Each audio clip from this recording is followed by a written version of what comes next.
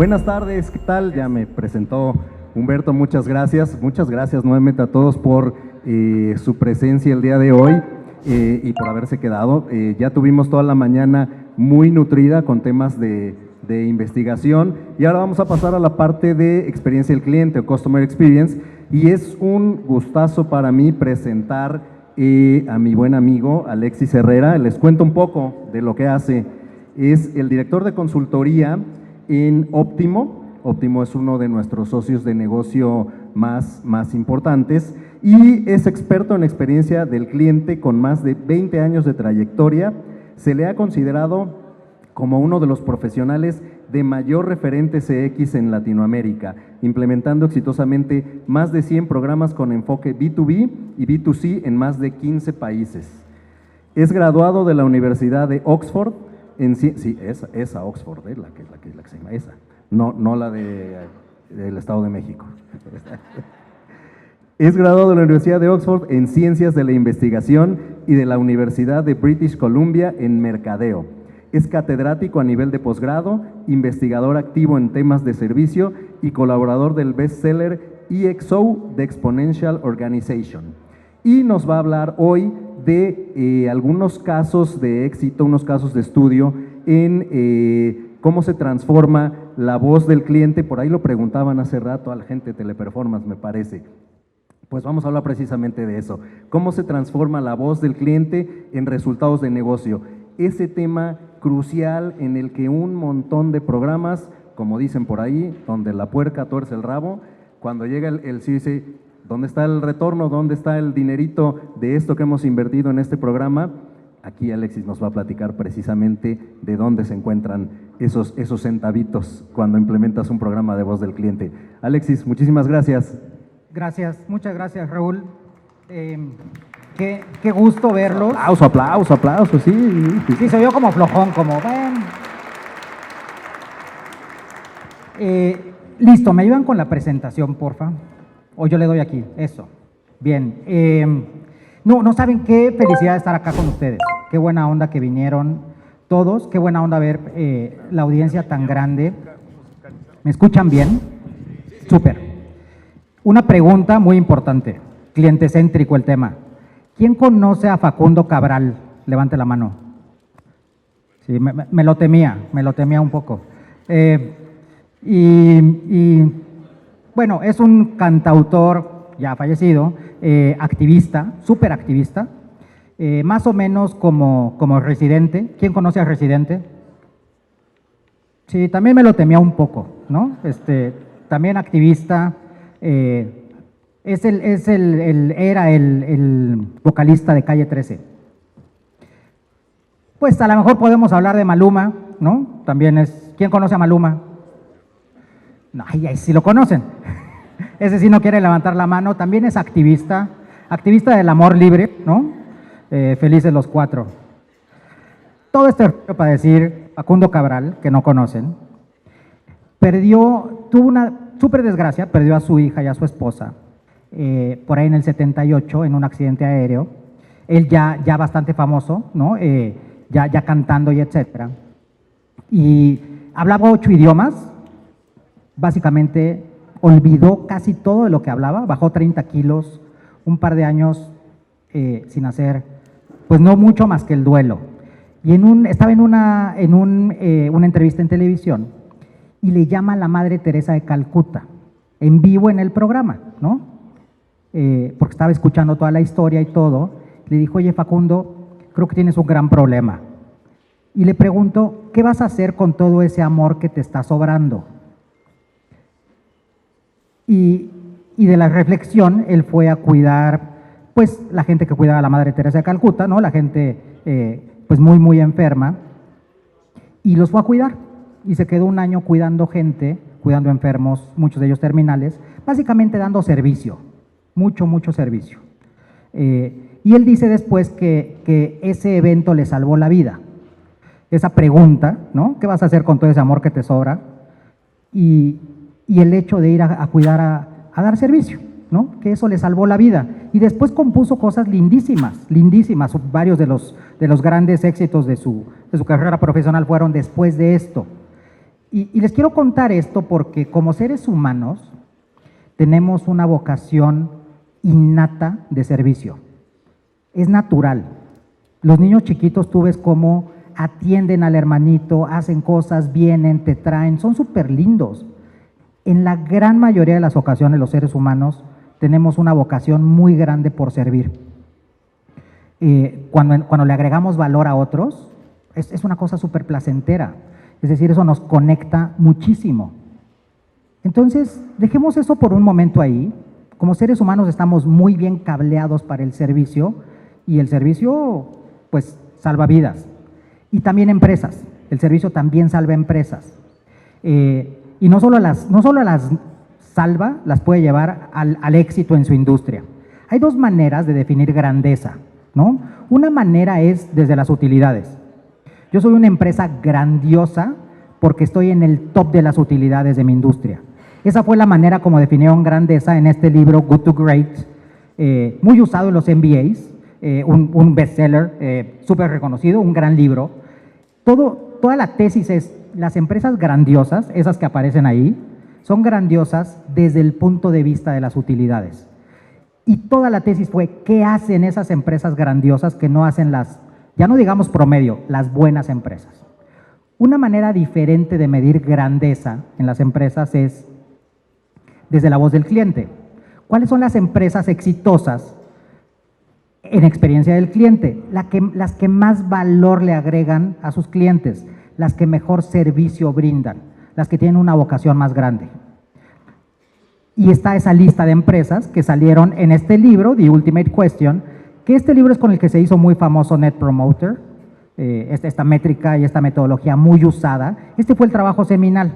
Cuando se publicó The Ultimate Question, se llama The Ultimate Question por eso, porque es como la pregunta que tienes que hacerle a tu cliente para saber si vas a crecer como empresa. Y la pregunta es, ¿qué tan dispuesto estarías a recomendarnos a tus familiares o amigos? La tesis es, si te fue tan bien que estás dispuesto a recomendarle a otros, te va a ir muy bien en el negocio, ¿ok?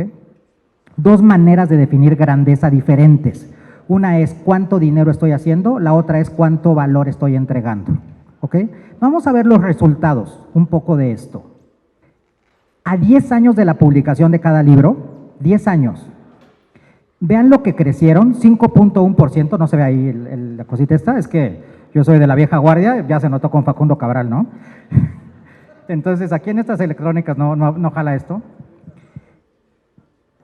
Esta barrita verde es lo que crecieron las empresas, esas empresas, justo esa lista de empresas grandiosas que listamos ahí desde la mirada del cliente, es lo que crecieron. Y la otra es lo que crecieron las empresas Good to Great.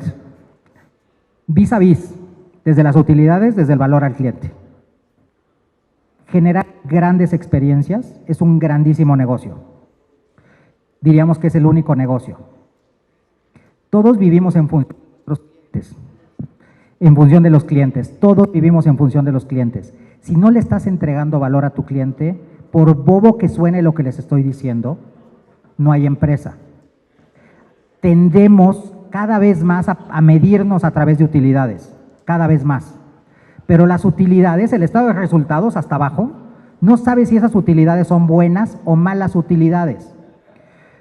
Cuando ganas dinero, pero le pasaste por encima a tu cliente, son malas utilidades. Porque eso viene y te muerde la cola 10 de 10. Veamos el ejemplo. Se publicó un libro, bestseller, etcétera. Ninguna de esas 10 empresas, ninguna es líder en su industria hoy día. Ninguna.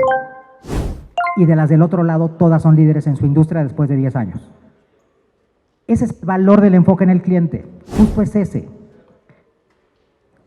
La última prueba es este señor, Fred Reichelt, que escribió ese libro, después publica, ya muchos años después, y muy lindo porque él estaba ya con un cáncer pues bien agresivo, entonces decía, ¿qué hago? ¿Me cuido el cáncer o me dedico a escribir probablemente el último libro que escriba?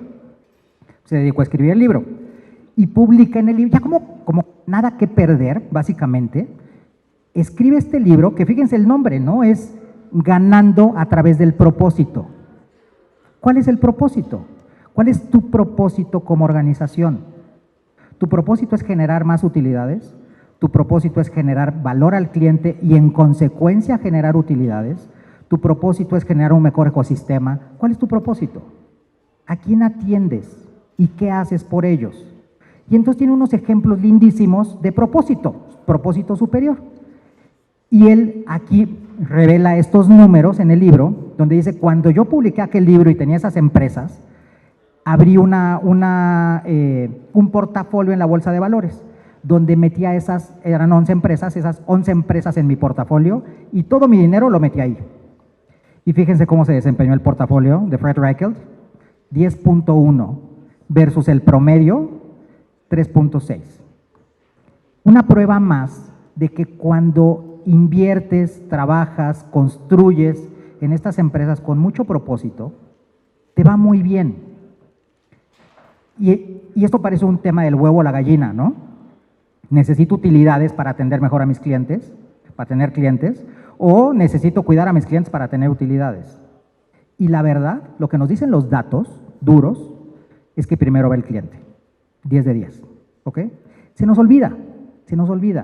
Y entonces hay una pregunta importantísima que es, ¿por qué a pesar de que, como lo vimos con Facundo, le salva la vida el servicio, y lo vemos con los niños, ¿por qué a pesar de que estamos tan bien cableados como seres humanos para servir a otros, es tan difícil entregar un gran servicio en las empresas?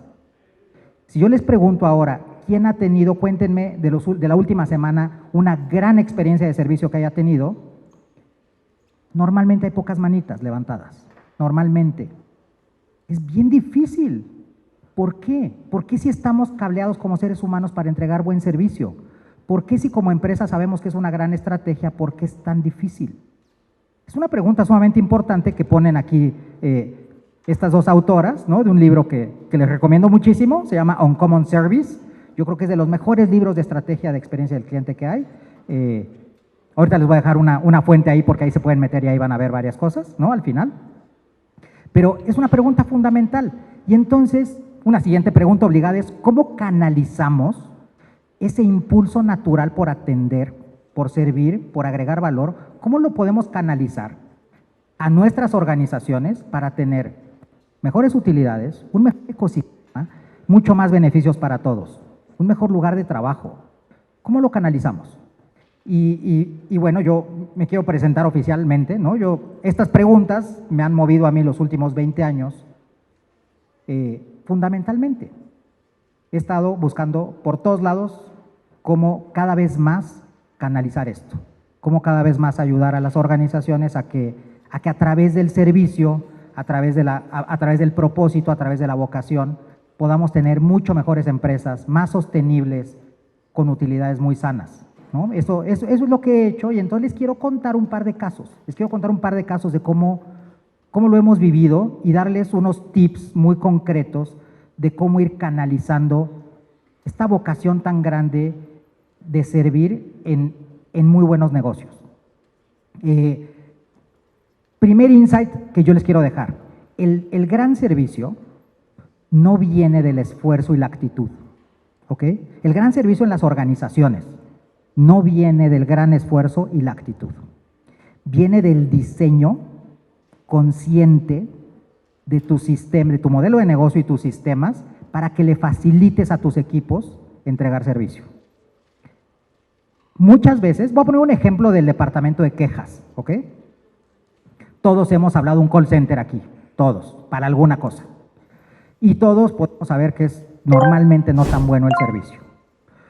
¿Y tú te imaginarías que esa gente es insensible, que esa gente no quiere hacer bien su trabajo? Es lo que normalmente piensa, incluso la gente que trabaja al interior de la organización. Cuando yo digo que los profesionales de CX nos entra el justiciero que todos llevamos dentro, y entonces leemos la voz del cliente y no, ¿cómo puede ser que hagan eso tan mal? Es que alguien tiene la culpa, hay que despedir a no sé quién, ¿no? Y entonces nos entra el justiciero. Y con los años uno aprende que siempre hay una buena explicación.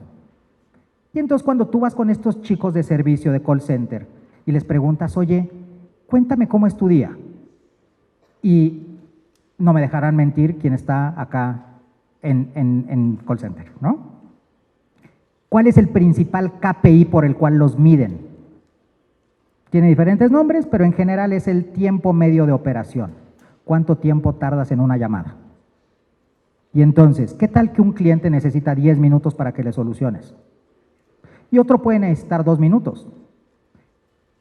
Cuando visitas un call center, tú ves cómo de la torre de control se llama, se empieza a salir una de las llamadas de tiempo y empiezan a hacerle, ya, y en eso le llaman al supervisor y el supervisor se para atrás del chico diciéndole, te está saliendo del TMO, ya. Pero al mismo tiempo le ponen un KPI, que es la satisfacción del cliente con esa llamada. Básicamente no lo dejas hacer su chamba. La gente se comporta conforme la miden. Punto. ¿Ok? Normalmente no es culpa de alguien, es culpa del sistema. ¿Cómo está diseñado el sistema? ¿Ok? Entonces, olvidémonos del tema de actitud. Vayamos mucho más a ver sistemas. ¿Cómo se diseña el sistema? ¿Y cómo podemos diseñar mejores sistemas? Entonces, hay 3 pilares grandes. Consejo, para que nos vaya muy bien en el tema de experiencia del cliente, para que tengamos lo necesario que nos vaya muy bien. Lo primero, tienes que demostrar el caso de negocio. Eso es lo primero, porque nuestras organizaciones necesitan dinero. Y si tú llegas con el CEO, si tú no tienes el patrocinio del director general para tu programa de experiencia del cliente, apaga y vámonos. No hay nada que hacer. Eso no va a pasar, ¿ok? No va a pasar. Y muy poquititos directores generales tienen esa vocación que Fred Reichel pone en esas empresas de propósito. Muy poquitos. Quitémosle todos los juicios de valor del mundo. No es que sean malas personas. Es que así los mide el Consejo de Administración. Necesitas que se den muchas condiciones para que el puro propósito mantenga la organización. ¿Ok? Necesitas dar utilidades. Sí o sí. No hay más. Nada que hacer.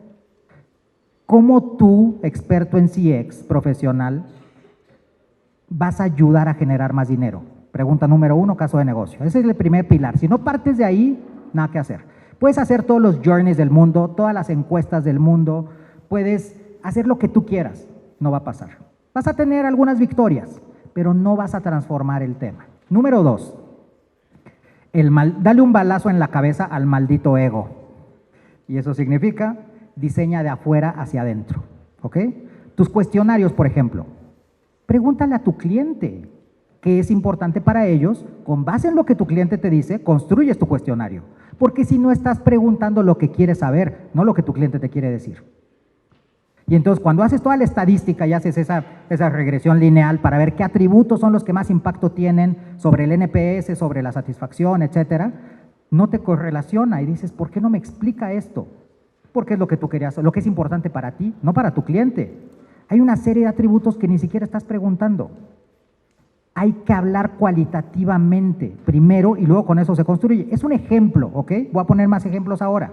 Pero los que estamos en este tema siempre, y todos los que estamos en cualquier organización, adentro solo hay problemas.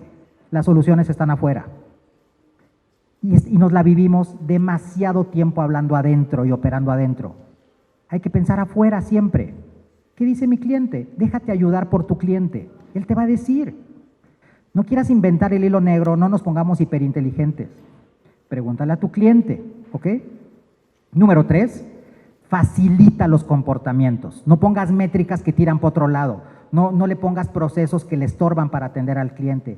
Quita frenos de mano todo el tiempo. Piensa qué frenos de mano tienes puestos para que tu gente pueda canalizar ese sentido de servicio. Muchas organizaciones, muchas, matamos el sentido de servicio. Y la gente, tú ves cuando hay magia en una organización o en un departamento. Llegas al departamento y la gente está medio muerta, ¿no? Están en modo zombie. Yo hago como que trabajo, ellos hacen como que me pagan y de 8 a 7 y nos fuimos. No hay energía.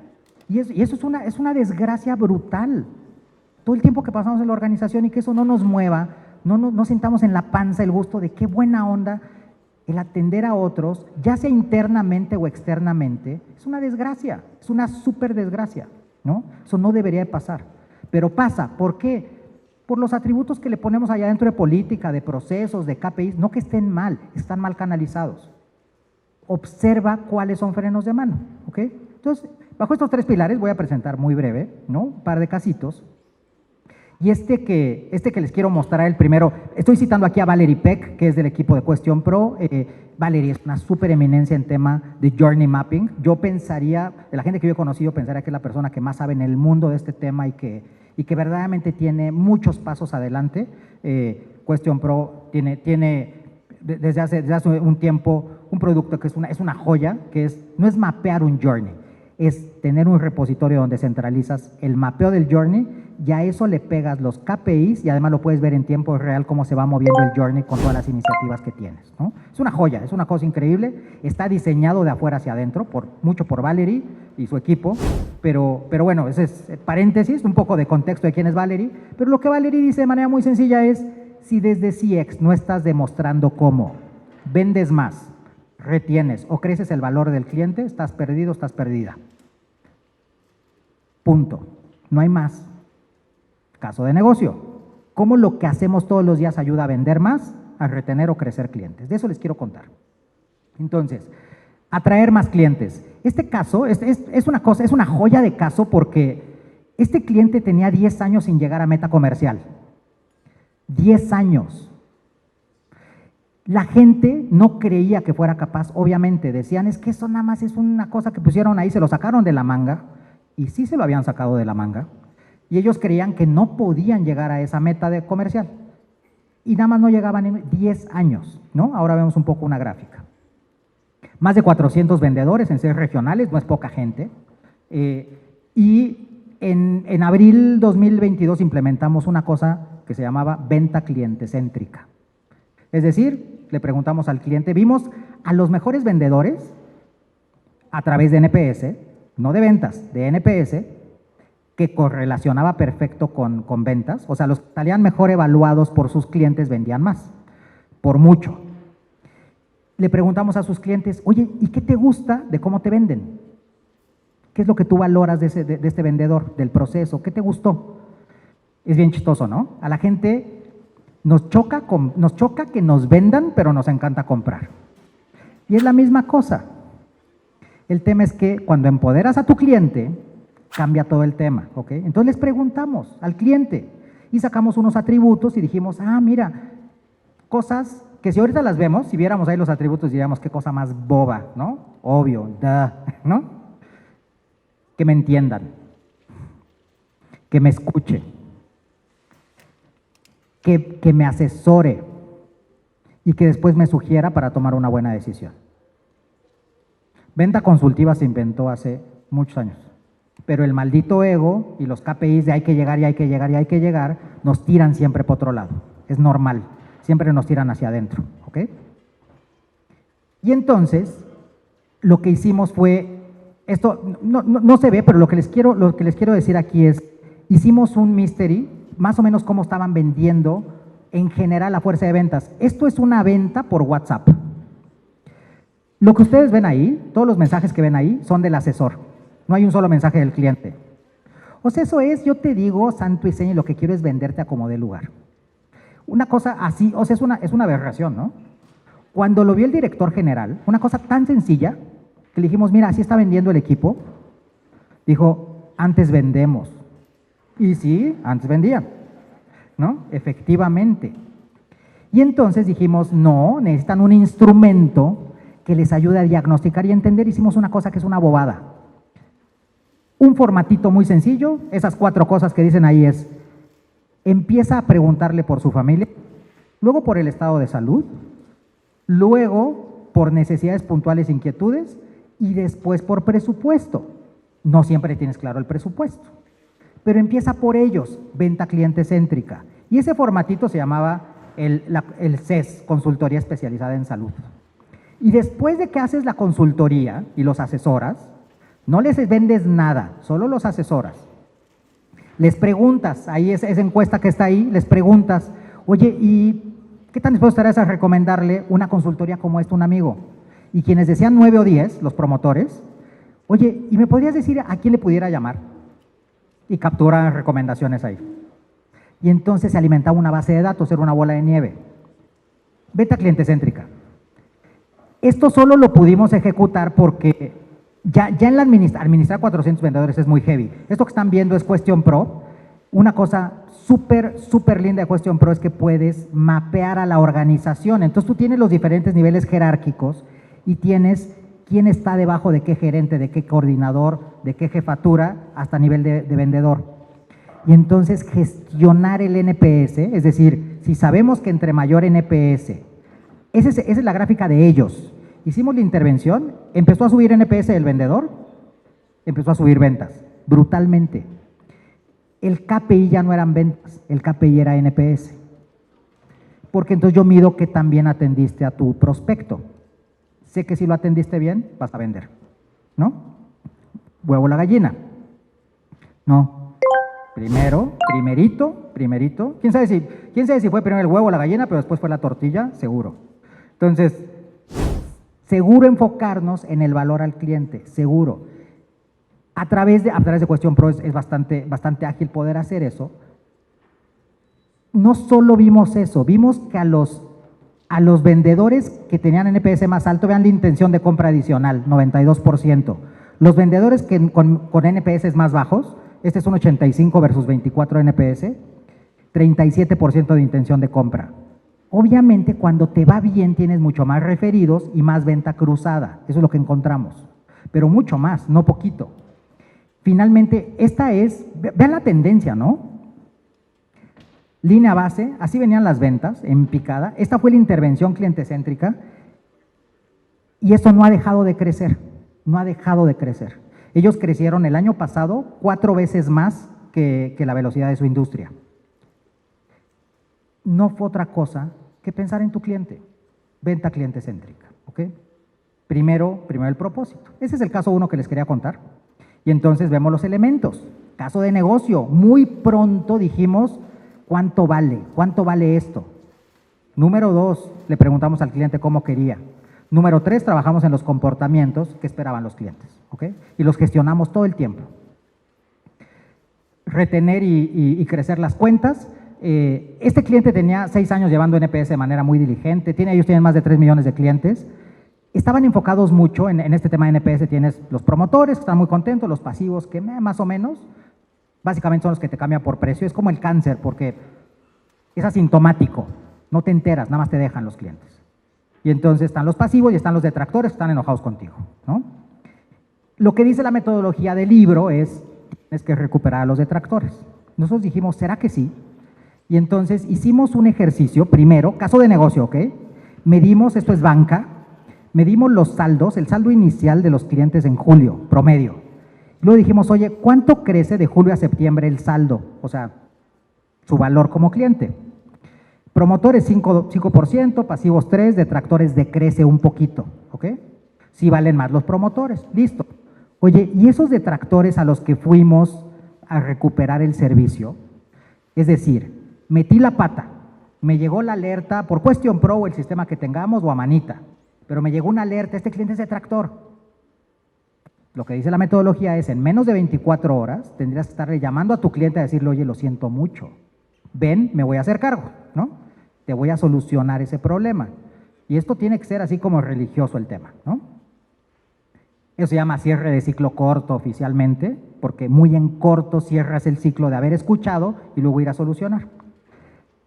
Al 60% de los clientes se les pudo llamar, los contactaron y les solucionaron. Vean lo que pasó con el saldo promedio. 7% creció. Es decir, vale más un cliente con el que metiste la pata y recuperaste el servicio y bajaste bien el balón que el que era promotor original. Creo que es un poco como en el noviazgo, ¿no? Cuando es la pelea, luego la reconciliación es maravillosa. Un poco así funciona con estos, ¿ok? Hay un caso de negocio grandísimo, grandísimo.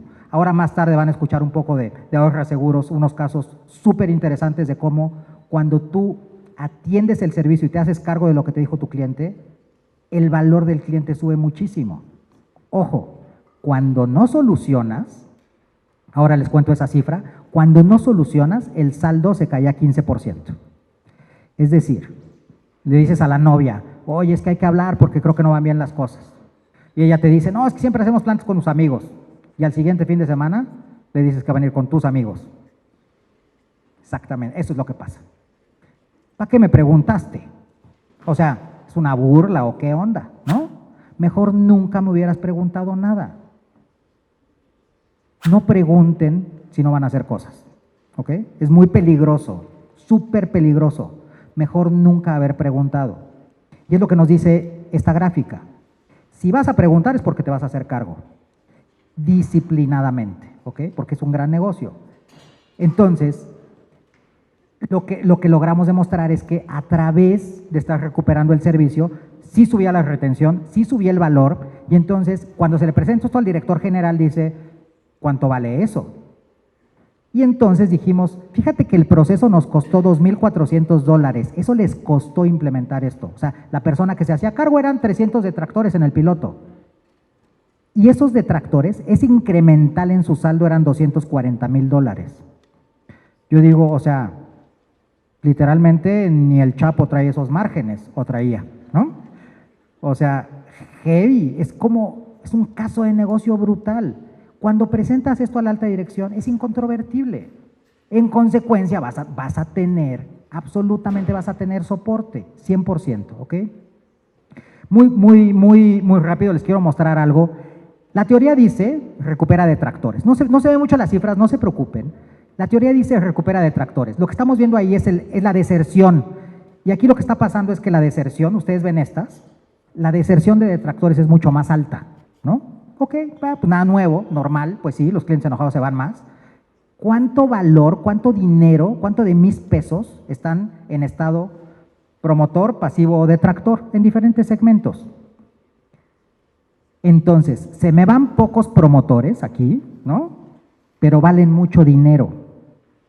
Y entonces, ¿cuánto dinero pierdo al final? ¿Cuánto se me va de mi dinero por promotores pasivos o detractores? En todos los casos pierdo más dinero por promotores.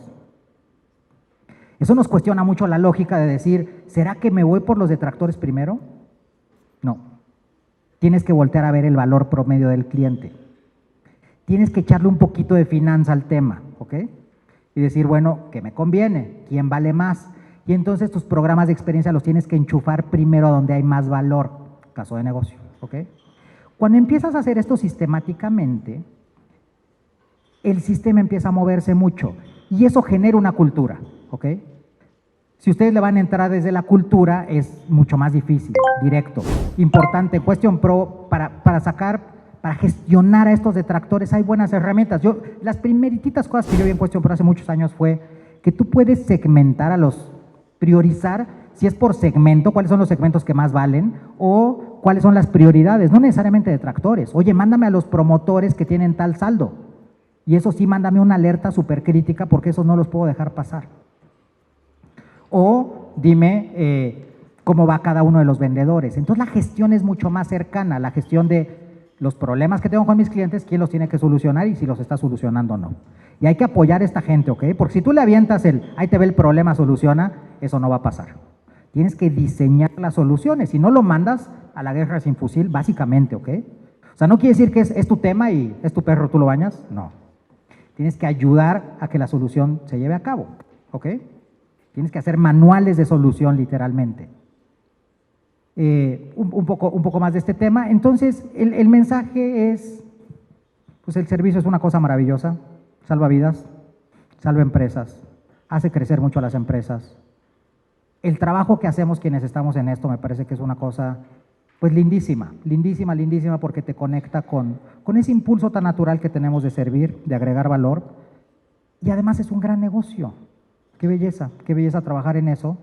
Yo les dejo aquí unas fuentes, porfa, llévense los datos, ahí hay 3 publicaciones donde pueden un poco, pues empezar a ver un poco más de cómo hacemos este tema de hacer el caso de negocio, ¿no? Empezar por el caso de negocio, porque de ahí es que puedes echar para adelante, ¿ok?